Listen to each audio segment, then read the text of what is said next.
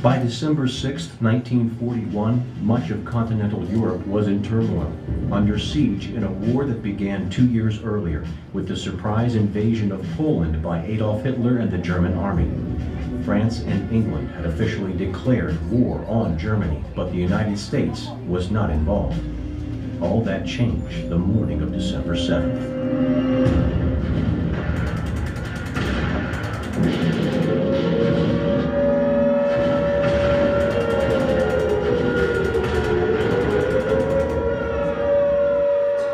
The Emperor of Japan, seeking to dominate the Pacific in the same way Hitler was conquering Europe, sent 353 fighters, bombers, and torpedo planes in 2 waves to attack U.S. naval facilities and ships stationed at Pearl Harbor in Hawaii. The 2-hour air raid inflicted heavy damage. 4 battleships sunk, 4 more damaged, 188 aircraft destroyed. The human losses were heart-wrenching. More than 2,300 servicemen and women were killed, 1,100 alone from the bombing of the USS Arizona. 68 civilians lost their lives, nearly 1,200 were wounded. We all ran out to the armory and they gave us 30 caliber rifles to shoot at the planes with. The rifles at that age, you know, you shot one time and you cocked the barrel, you could only shoot one bullet at a time. The planes were flying low enough, however, where you could see the pilots' faces. I'm sure we hit the planes, but a 30 caliber rifle is not going to bring a plane down. And the plane flew by us, very close, maybe 30 feet away, and 12 feet above us, and it just cleared a 3-story building to our left. There was an Army, therefore must be Navy or Marines. We had no aircraft identification instructions, so what we were looking at actually was a Japanese dive bomber that had just dropped a bomb on Wheeler Field, about 3/4 of a mile away. The Arizona was just engulfed with flames, and the Oklahoma had been torpedoed, and she killed on one side, and I could see the little objects scrambling on the hull of the Oklahoma. All the sky was just black with smoke, and I don't recall seeing any Japanese planes flying because of the obstruction by the smoke. We ran out to the front of the hangar to see what was going on, suspecting that it was the Army Air Corps playing tricks on us again. They used to come, somebody, old timers here, tell us they used to do that. They'd come by and drop flour sacks on us and make a big mess and say, ha ha, we got you again. But we ran out there and could see them, dive bombers coming down, but didn't suspect that they were Japanese because they were the same color as the Army Air Corps planes. And even when they released their bombs, they looked like flour sacks. And then when they pulled out, we could see the rising sun on the wings, and we knew we were in big trouble. I'd been training to be a frogman, so I spent a lot of time out in the water, and the diesel leaked out of the ships that had been hit. And so we was having to swim underneath and break water, see somebody to pick up, go back down and pick them up. Well, in 4 hours I only picked up 46 people.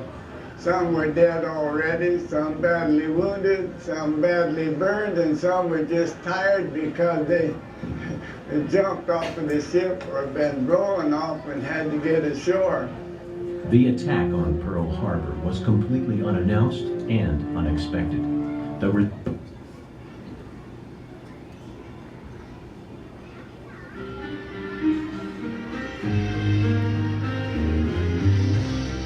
It was December 7, 1941, an ordinary Sunday in the island of Honolulu, Hawaii. Just before 8 a.m., amidst peace and quiet and without a warning, Japanese aircraft filled the skies and attacked Pearl Harbor and other military bases in the island of Oahu. Thousands of people were killed and the United States was plunged into World War II. Why did the Japanese attack Pearl Harbor? Were they warning signs? Why were so many killed? The Japanese attacked us because they needed to expand and take over countries like China to get natural resources. The Japanese thought that the US would use military force to stop the expansion. Though it was not happen, no one to stop them. Japan joined the Nazi Germany of Hitler with sights to in the future to dominate the colonies of the Allies in Southeast Asia, which were rich on natural resources. To accomplish their aim, they had to destroy the only fort that the US have in the Pacific, the fleet on Pearl Harbor. The Admiral Isoroku Yamamoto trained his troops for months to prepare a surprise attack on Pearl Harbor. Do you remember when I told me it was that day? Yes, it was on the first raid of Japanese attack. You had an injury in your right leg. I still have the scare of the surgery. All started that day at 6:15 in the morning.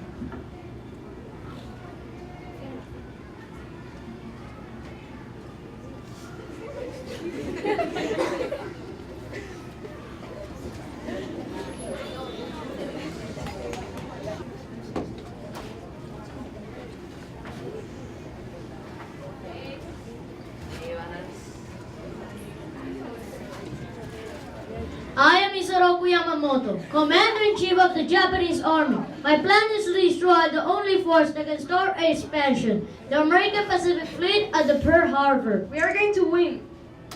The US is not aware of our secret plan. And this is a short victory. I'm not sure this is a good plan. What if the US react? What if our power means nothing? Don't say those things. Our glorious empire will succeed. Attack! Tora! Tora! Tora! Haika!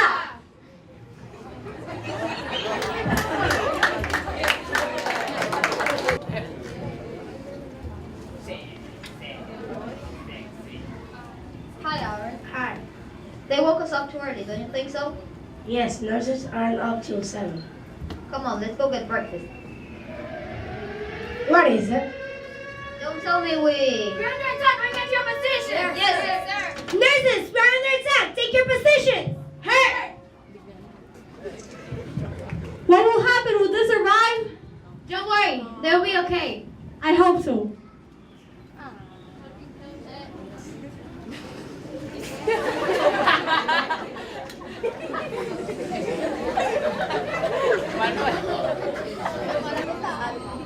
At 7:55 a.m., the Japanese sent 145 planes to the main objective, the Pearl Harbor itself.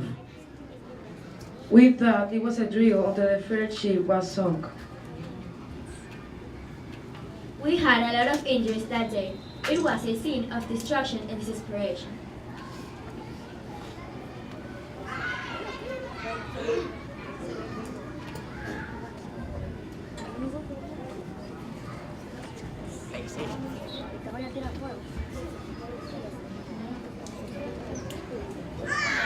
Reorganize! Everyone get to your position! Yes, sir! 3, 2, 1, fire!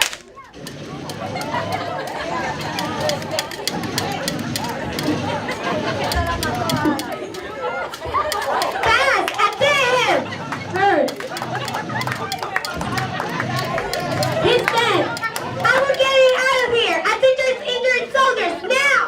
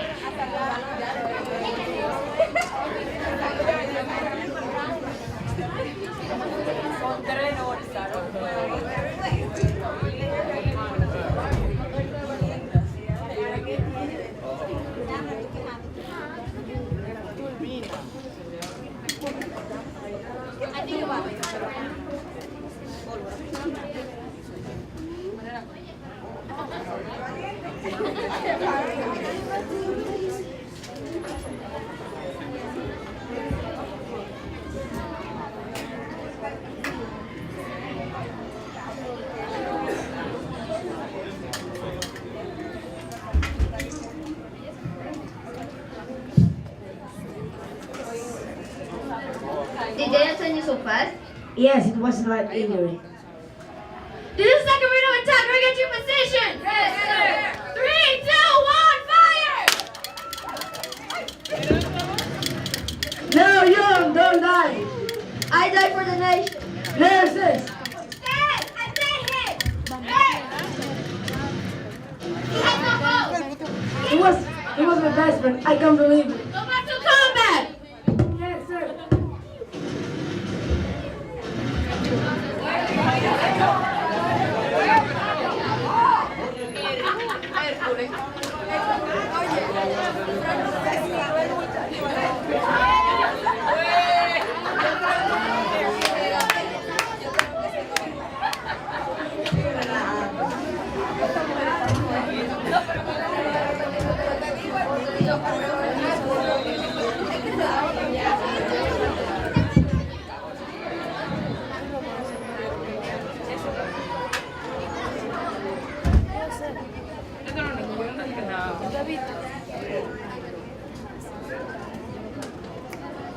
We thought the terrain of attack was coming.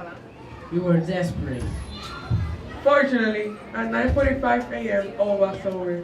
The Japanese destroyed the Pearl Harbor. The only force they fought could stop them. But then Mr. President Roosevelt and the Congress reacted.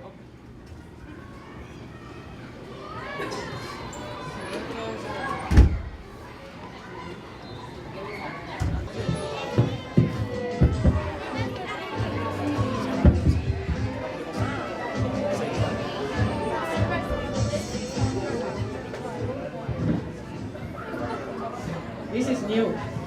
Yesterday, December 7, 1941, a day which will live in infamy, the United States of America was suddenly and deliberately attacked by naval and air forces of the Empire of Japan.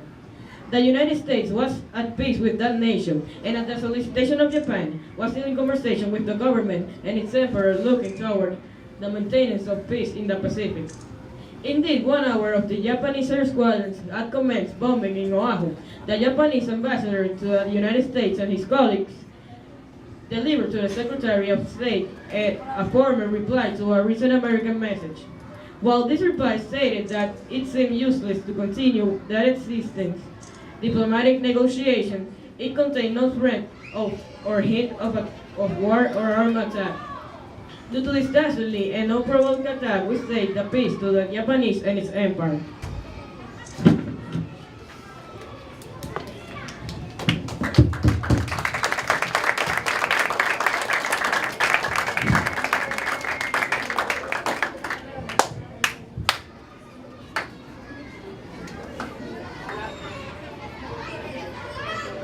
His Excellency Winston Churchill, Prime Minister of the United Kingdom and the British Empire.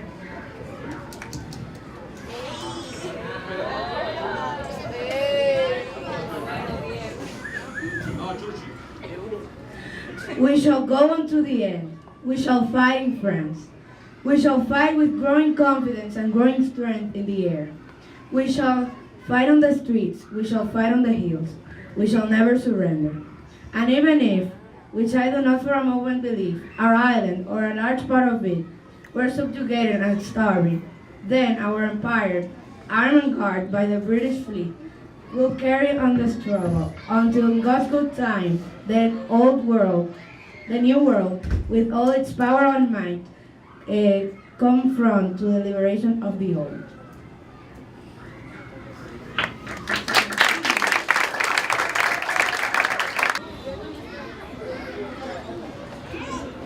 Four years later, Russia and the Allies, formed by the US and the UK, defeated Nazi Germany, and with them, the Japanese and Italian.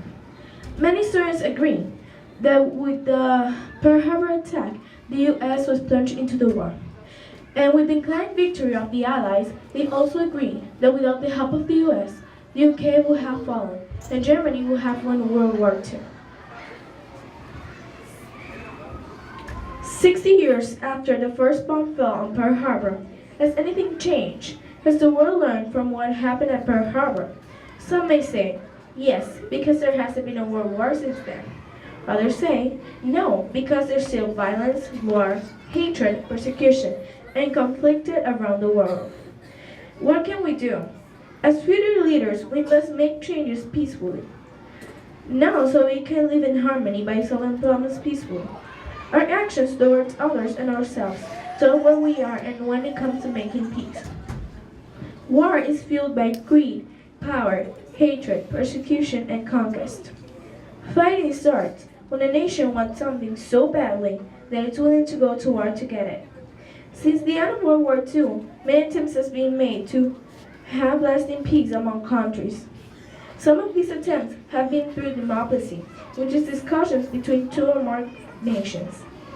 Another way has been through international organizations such as the United Nations, a group dedicated to world peace. We believe, in addition to diplomacy and international organizations, that people can coexist in harmony if they possess values such as respect, cooperation, love, and peace. We also believe that as children of the world, we must strive for peace and become more aware of our own actions as well as our interactions with others. When we do this, we will help to create another peaceful world. Today, the USS Arizona Memorial on the island of Oahu honors the lives lost on the day of the attack. Visitors to the memorial reach it via boats from the naval base at Pearl Harbor. Often praised is the architect responsible for the memorial's design. The structure has a science center and its ends strong and vigorous. It commemorates initial defeat and ultimate victory of all lives lost on December 7, 1941. Although December 7 is known as Pearl Harbor Day, it is not considered a federal holiday in the United States. The nation does, however, continue to pay homage remembering the thousands injured and killed when attacked by the Japanese in 1941. Schools and other establishments in some places around the country lower the American flag to half staff out of respect.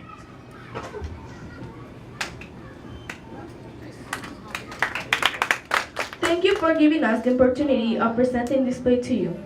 The staff is Chungkin Liang as Isoroku Yamamoto, Diego Santos as British Prime Minister, Fernando Calderón as President Roosevelt, Samantha Noah, Veronica Novoa, Nulfer Kader, Noelia Cueto, and Victoria Reed as Japanese soldiers, Isabella Ferran as head American soldier, Alan Grullón and Frank Dominguez as Aaron and John, Alan Grullón, Frank Dominguez, Amber Canela, and Diego Santos as American soldiers,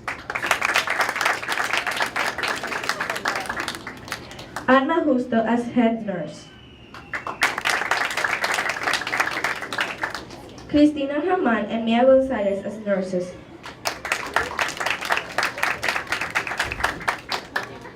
Kevin Rivera, Jonel Bases, Ala Serafín, y Sofía Canales as old soldiers and nurse, Carla de los Santos with special effects. Our teacher who made all of this possible, Mr. Sara.